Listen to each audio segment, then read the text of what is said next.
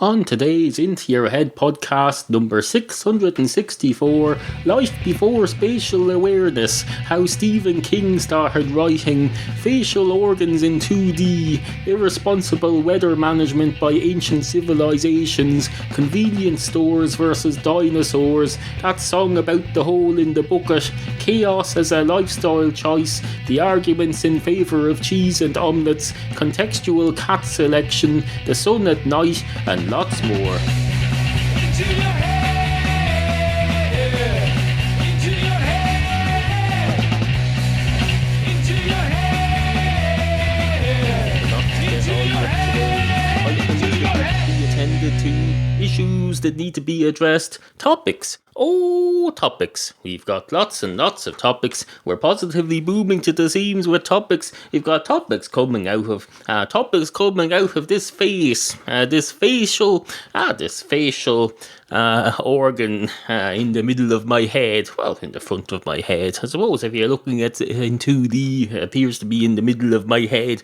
Unless you're looking at it in 2D from another angle. 2D doesn't necessarily have to be from the front, you know. You can have a 2D image of the back of my head, in which case I would appear to have no face whatsoever, or else I suppose that would be the face. The back of my head would be the face. In that case, the face is whatever frontage comes at you when you look at it. So it's a good job. Us as human beings, early in our evolution, managed to figure out spatial awareness. Well, we weren't really aware of it. We just had it. We had spatial awareness but knew nothing about it. We had no knowledge of any of this crap until a couple of 100 years ago when we started studying it, but we still had it. We had spatial awareness despite being completely unaware that we had it. We had no idea what it was, but we had it, and that was it. Sometimes having it is enough. You don't have to become a fucking PhD expert in it. No, I've a car. I've no idea how it works. I can't even drive it. My wife drives it. That's perfectly fine. You don't need to know everything about everything. I wouldn't know how to make it go if I needed to. If I was to get into the driver's seat of that car today, well, for one thing, it's not there because my wife's at work. But if I was to get into it now, somehow transmute myself over to where the car is in the car park somewhere in this county and get into the driving seat, right? I'd probably beam myself right into the driver's seat rather than the outside, because I don't have the key on. In fact, she has the only key, so that's not going to work at all unless I learn how to hotwire it first. I'm not going to hotwire my own freaking family's car. Don't be fucking ridiculous. No, happy to carry on being a passenger. Anyway, hello and welcome to the show. Monkey nuts, that's what they call them. They call them big shit eating, piss piling, sky opening. Is the sky open or closed? Here's a question for you. During the day, when you can't see out through it, out into space, into the stars, does that mean the sky is closed effectively like the dome? Or is it just so open that it's too bright to see anything? I don't know. I can see the fucking sun when it's there. I can't see the fucking stars when they're not there. I can see the moon sometimes when it's there inappropriately during the day. I never see the sun at night though. The sun never makes an appearance even for half an hour or so after sundown. It never pops out for a few minutes, but the moon feels free to do so during the day. Not that I'm well aware that the moon doesn't feel anything, that they're not people. Although there was a time back when in some of the greatest civilisations that ever existed on this planet, they're not including the dinosaurs, some of them used to think that the sun was a fella on a chariot riding across the sky every day, which was perfectly reasonable at the time. You had a flat earth, round, admittedly still, probably disc-shaped, so it was both. The earth can be round and disc-shaped and flat, you know, it can be round and flat at the same time, and we didn't have to argue about it in those days. Some people would say the earth is round, and other people would say it is indeed, but it's also flat. It's a round, flat disc shape. And then some people started saying, I wonder what's on the underneath of it. And people would say, oh, that's hell. That's where you go. That's where you go if you steal too many popsicle sticks, or you make too many jokes about Jesus riding a popsicle stick, and you do it in a spirit of ill will towards Jesus Christ, or if you criticise the fella in the sky or whoever our God. Actually, now that I think about it, in those days they had a different God. They had a whole set of gods. Then they had the fella who rode the chariot. He was the sun god, and then they had the god of thunder. They had a fella in charge of electricity, natural electricity, and every now and then he'd come out at night and he'd say, I'm going to fire some electricity at this place, just to like a little jump start, and we'll jump start this planet for a while. So he'd put down some electricity. He'd also put water down as well. He'd sprinkle water and electricity down at the same time, which, as we now know, is highly dangerous. For apparently it wasn't in those days, especially if you're a god. As if that went wrong, you could just call on the other gods to help them. And then you had the god of well-being. You had the god of worship. There was a god in charge of worship. He was the fellow who'd be in charge of worshipping other gods. He'd be like the chief whip in the parliament, in the government front bench. There'd be a chief whip. He'd be in charge of making sure everybody in the party voted properly. He was in charge of worship. This is all made up, of course, just like the real thing. The real thing is made up too, so I don't see why my made up version of it can't be made up.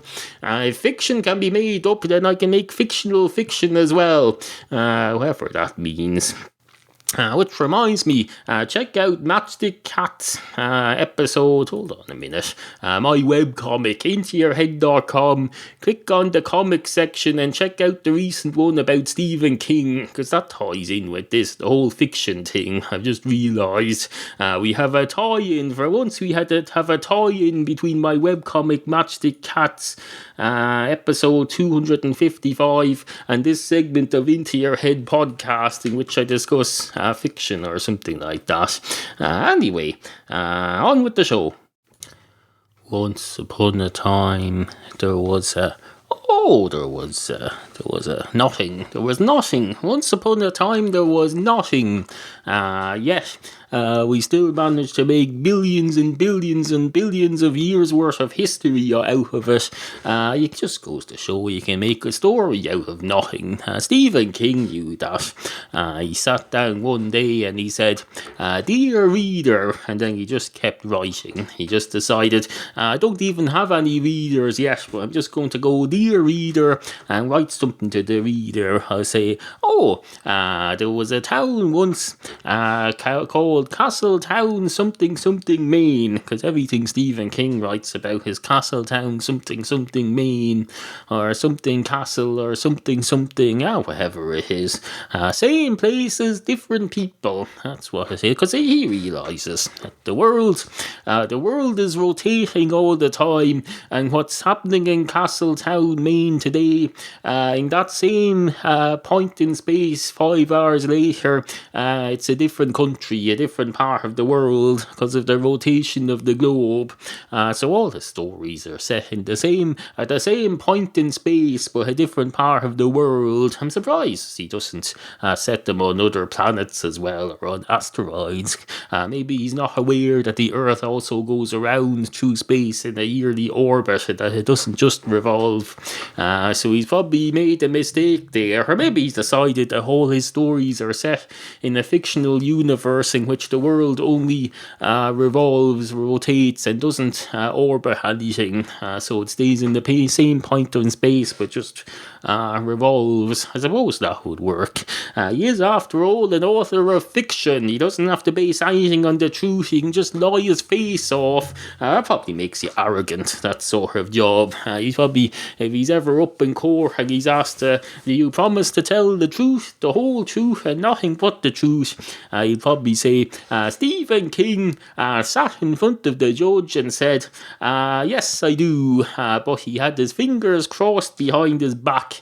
Fortunately, he was living in a fictional world where having your fingers crossed behind your back is a mark of respect, and where it's okay to lie to a judge. And that's probably what he'd probably say. And then the judge would say, what the fuck are you talking about? And Stephen King would say, Christ, I've made this judge very sweary, haven't I? That's rather unrealistic. Maybe I should have him just call me out for contempt of court, although I've no contempt for this court whatsoever. I've no contempt for anybody who works here. They're all human beings just doing their job, just like me. I'm Stephen King. I'm just a human being doing my job.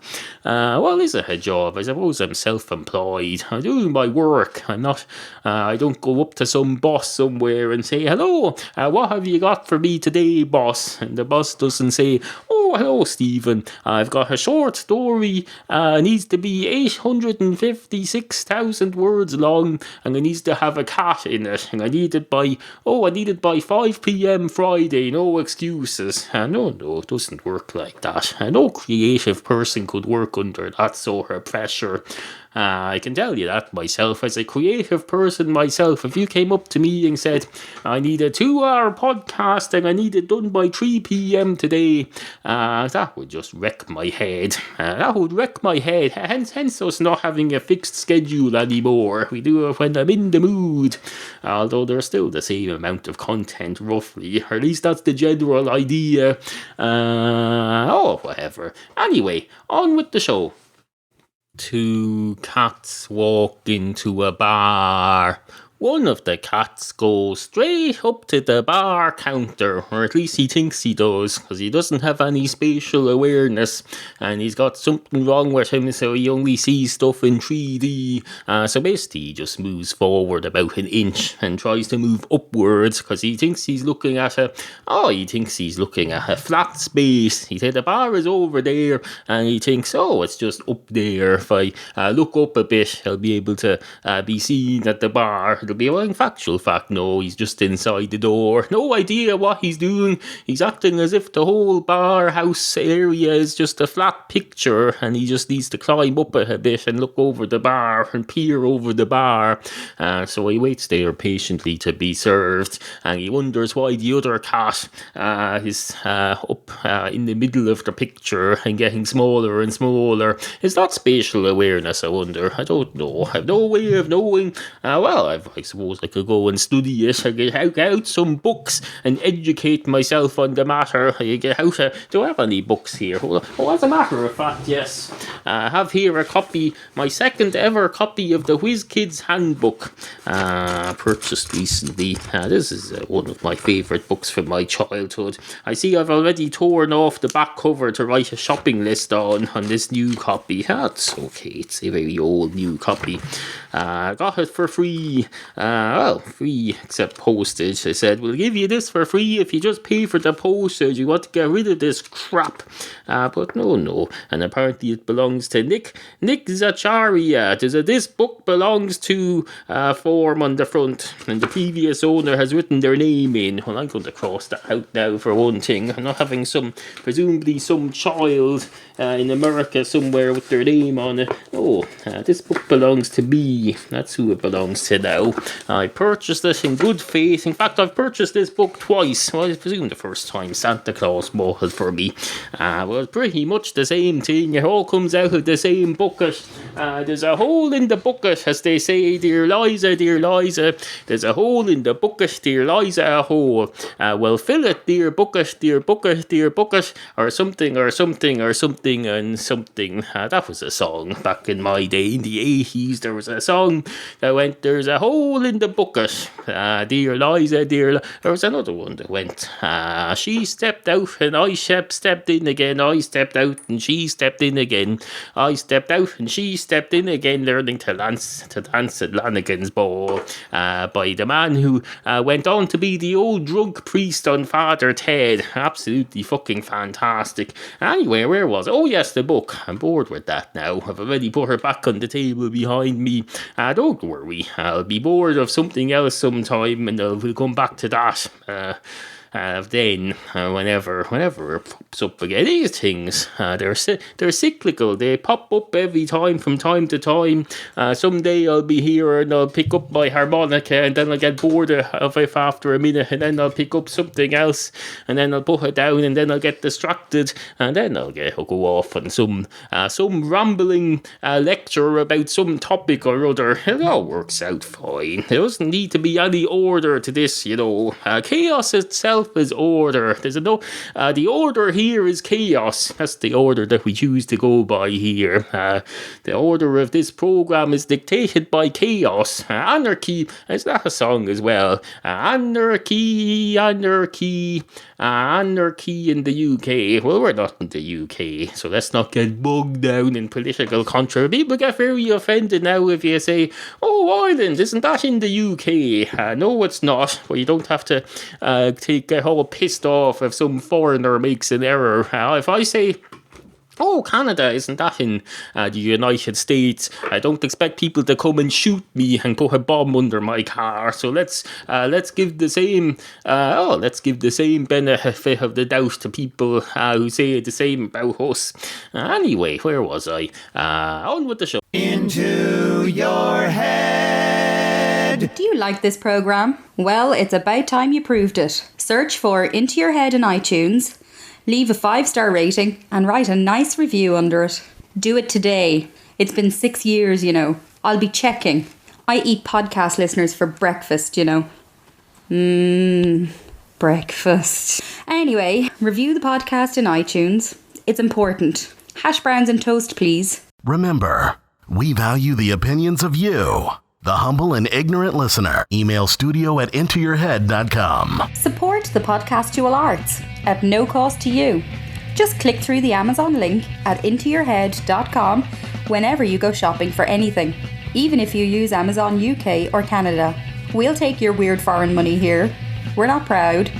Just visit intoyourhead.com and click on the appropriate Amazon banner. Into your head. Into your head. Into your head. Into your head. Into your head. I present to you an old journalistic work of mine from one of my old websites. In fact, there was an editorial in support of cheese and omelettes. I've always been a great believer in the dictum quod ette demonstrandum, which of course means ask not what your country can do for you. Instead, go to a fun fair and win a giant teddy bear called Lucy, which takes up half the house, and you may even have to get rid of your other teddy bears, Harry and Barry, despite them being much loved and one of them being a gift from your then boyfriend and now wife, who was most upset and offended about the whole thing. On the other hand, where I wear my watch, I can tell that time is fast approaching 6 o'clock, and that can only mean one thing: it's time to turn to cheese. Cheese is the be-all and end-all of everything. Without it, we are mere apes, incapable of making a feast from some mouldy milk, and therefore wasting all of our intellectual advances of the past 800 years. I say 800 because, of course, that's the number of years that have passed since the invention of the steam toaster. A fine contraption if ever I saw one, although I should advise that if you have one of the early models, now is the time to open the bottom flap and empty out the crumbs that have gathered within it over the years. You can always use them to make some kind of a stuffing, or perhaps a cheese omelette. Nowadays, of course, all the young people have George Formby grills instead. That man is a genius. All that time when we thought he was being beaten up out of weakness, we didn't think he was just in a creative trance in the corner of the ring, busily thinking about new ways to fry pork chops without the fats rolling back in. And besides, just as there are many religions and many paths to many gods, we must tolerate these young people with their fancy contraptions, for there are many ways to a cheese sandwich. Cheese omelettes are lovely, by the way, especially if you add plenty of onions and chickens and things to disguise the taste of the eggs and the cheese and the stuff. Not that I've got anything against eggs or cheese or stuff. It's just that they don't belong together. Eggs are a breakfast item. At a stretch they can be used for luncheoning, but let's make one thing perfectly clear here. Cheese cannot be eaten before 8 p.m. It is a wonderful foodstuff, but its use is either as a late night snack, a toasted sandwich perhaps after a night of beer drinking, or if you must, a cheese and wine party slightly earlier in the evening. A perennial cheese event, if you will, at Christmas, but I won't. For I, as the responsible and caring editor of matchstickcats.com, where this was first published, must remain impartial in all of these matters. I care equally for both Harry the Bear and Barry the Bear, as I do for Lucy, the oversized funfair bear which my now wife Joanne won at Funderland last week at time of writing. Or was it the week before? I'm open to correction. I'm also open to omelettes and the cheeses and eggs therein, and I will give all of these wonders of the culinary world the benefit of the doubt until I have tried them all. This is, after all, a public service podcast created to educate and inform you, the humble and ignorant listener, so that you may dare to hope to become less stupid and more like the rest of us. Who am I to stand in your way? I don't want to be the cause of another Tiananmen Square, and besides, you're not driving a tank, just an oversized car, which you need because you have a lot of beers. And after all, I've always been stone cold rigidly opposed to the idea of two streets or parks or squares in the world being given the same name. There are too many chestnut closes and hillside parks and Dargan streets for my liking, and I will not contribute to the confusion by creating another Tiananmen Square, at least not until I've visited the original one and come to a conclusion one way or another as to whether or not it is to my liking. It seems incomprehensible to any decent person that parents would insist on forcing their children to eat their greens so that they'll grow up big. For one thing, some of us don't eat our vegetables and instead consume large quantities of chocolate and beer, yet have still managed to grow to a very substantial size. But besides that, it's been clear since the story of Jack and the Beanstalk that we are going about this nutrition thing the wrong way. Vegetables, the evidence clearly shows, are the cause of some of the worst menaces the world has ever seen. Plant a couple of supposedly innocent beans in the ground, and next thing you know, you have a fictional child-eating maniac living at the top of a bean plant in your back garden, and that, we can be sure, is a recipe for disaster, especially if your cat is sitting there when it starts to sprout. A cat, when it starts to sprout, really is intolerable. It's so embarrassing trying to explain it to the vet, and besides, most of us don't even like sprouts. We just eat it because it's Christmas and you're supposed to. We, the ordinary people of this world, would far rather be eating a nice plate of melted cheese on toast, and maybe a beer or two to wash it down. It's very important to wash your cheese down before you eat it. You don't know where it's being or what it's being doing, and there's no point in taking any chances with food, unless of course you've just landed on the go to jail box. If that happens, you may as well take a chance card. There's every possibility that you might get the one that says get out of jail free. One of the writers here at the now defunct matchstickcats.com much prefers drafts to chess, although what that's got to do with Monopoly I don't know. Anyway, I go on to say he has always loved them with their long necks and speckly coats. They really are the highlight of his trips to the zoo now that he's been banned from the wild cat section because he disguised his domestic cat in a lion's costume. What is this crap? He disguised his domestic cat in a lion's costume to see if she would be accepted into the community, but it was all in the interest of science, and that cat is now the proud mother of 3 baby lion cubs who will replenish the zoo's stock in years to come when they run out of antelope meat. You know, that damn butcher is always running out of things. Yesterday he was seen running out of the local bank after allegedly performing an armed robbery. Luckily we mark all of our banknotes before we lodge our takings into the bank every day, and we were able to check through binoculars that none of the money with which he was running away was the property of this podcast.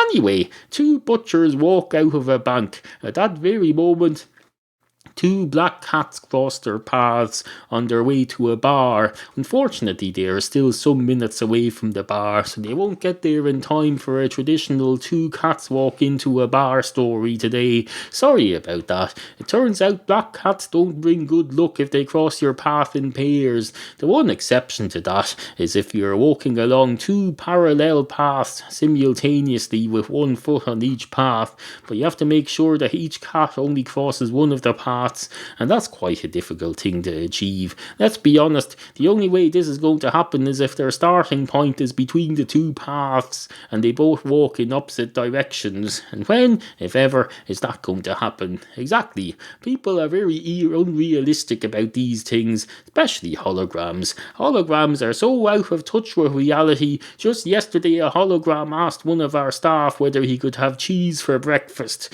Clearly the fault lies with rushed software releases for the Christmas market and just plain bad programming, and that is why this podcast, blah blah, the rest of this doesn't really work, because it says this site has recently been redesigned to be best viewed in Mozilla Firefox rather than Internet Explorer.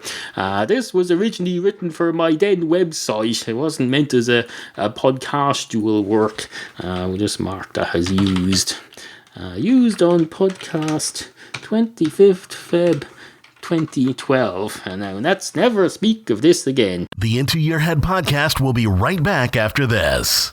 We're back with the Into Your Head podcast. Once upon a time, there was a big black cloud, a big, huge black cumulonimbus cloud, and it said to itself, I've had enough of this crap. I don't want to be a cloud anymore. I'm going to rain down over people.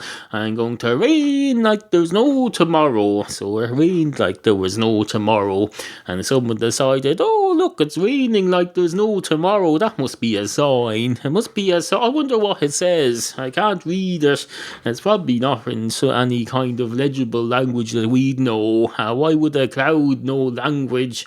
Well, maybe the person behind it knows language. Maybe it's the god of thunder sending us a sign, and the only language the god of thunder, as we know, speaks is rain and thunder and lightning. I presume he does lightning as well. Does he do?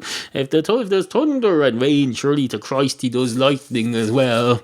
I don't know. Let's presume he does. Let's presume that the god of thunder also looks after lightning, because if he's a god, surely to Christ he can handle two things, especially when they're so closely interlinked. If he's able to manage the thunder, they're connected anyway. You never see lightning in somewhere where there's no thunder ever, and vice versa, and there's usually rain as well. That's why they say, oh, it's raining down from the heavens. It's because the god of thunder used to do it. He doesn't do it anymore. We have a proper normal weather system that controls itself now. We've got an ecosystem instead now.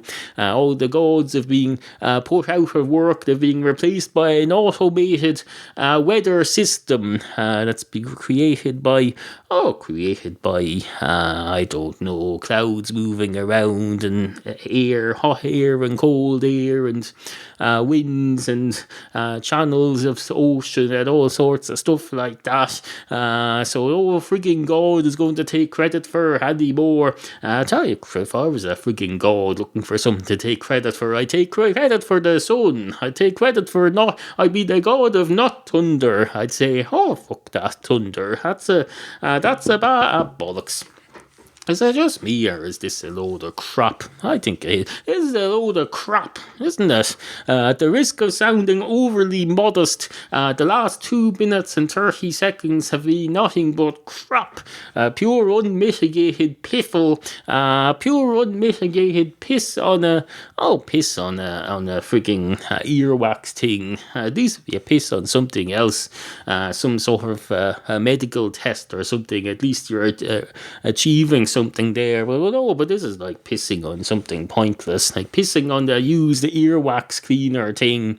No, that doesn't do any damage. If it's used, you're going to throw it away anyway. But if you piss on an unused one, then you're just being wasteful. You're being as wasteful as be damned. And if there's one thing I can't stand in this world, it's waste. And I just wasted a couple of minutes talking crap. Although I meant well. I didn't mean to talk crap. Just nothing but crap. It sometimes happens, nothing but crap comes out. Sometimes it's a bad thing, and sometimes it's a good thing. On this occasion, I deem it to be a bad thing. But we'll try and make hay while the sun doesn't shine, or whatever the expression is. Make a silk cow out of a purse's ear. We'll try to turn the caterpillar into a flutterby. We'll try to turn the cat into a big zebra eating lion. Although what's wrong with it just being a cat, I don't know. I think most people nowadays prefer cats to tigers and lions. The humble domestic cat, I think they would consider that better. If you went up to someone and said, I hear you want a pet. Do you want a domestic cat, or do you want a frigging cheetah that's going to eat your children's heads off? I think they go for the domestic cat, even though technically the cheetah is the greater species.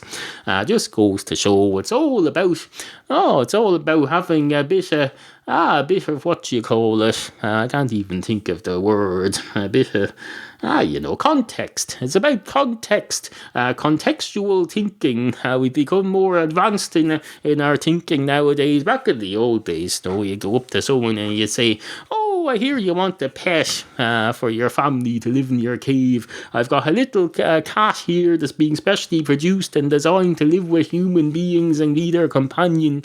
Or I've got a big huge dinosaur that'll eat your babies. And they'll say, dinosaurs are cool. I say there's plenty of meat on that, and they take the dinosaur. They'll probably take it as a challenge, because that's what people were like in the old days. They didn't go out to an office from 9 to 5 and type stuff like this. I was going to do a typing motion on my keyboard now, but I don't want to mess up the recording software. But no, they didn't spend 8 hours a day typing. They spent 8 hours a day figuring out how that big huge dinosaur over there could end up on their plate, and also what to use as a plate. They don't really use that here as a plate, probably. They just get a big stick of meat on the bone, or they put it on the kebab stick or something. I don't know. They didn't really worry about delf and cutlery in those days. They were too busy wondering about how they were going to kill their dinner. They don't go out to some fucking convenience store and you just shoot the convenience store clerk and eat him. No, they hunted down proper animals that were intended to be eaten by human beings, and they did it all within the law. There wasn't much law in those days, admittedly, although they probably did have rules in their tribes, these people. Whatever, I don't know. I'm sure they lived by the law of their tribe or whatever. People weren't evil, just because they weren't like you. Just because they didn't believe in going to convenience stores. It's not that they didn't believe in it, they just didn't have any access to them and didn't know about it.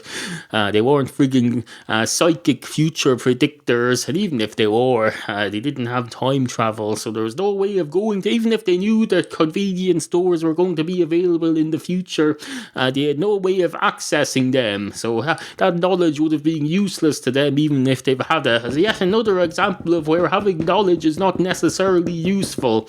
So let's stop with this crap of accumulating knowledge that's of no use to you. I think that's the crux of what I'm trying to say here. Anyway, good morning.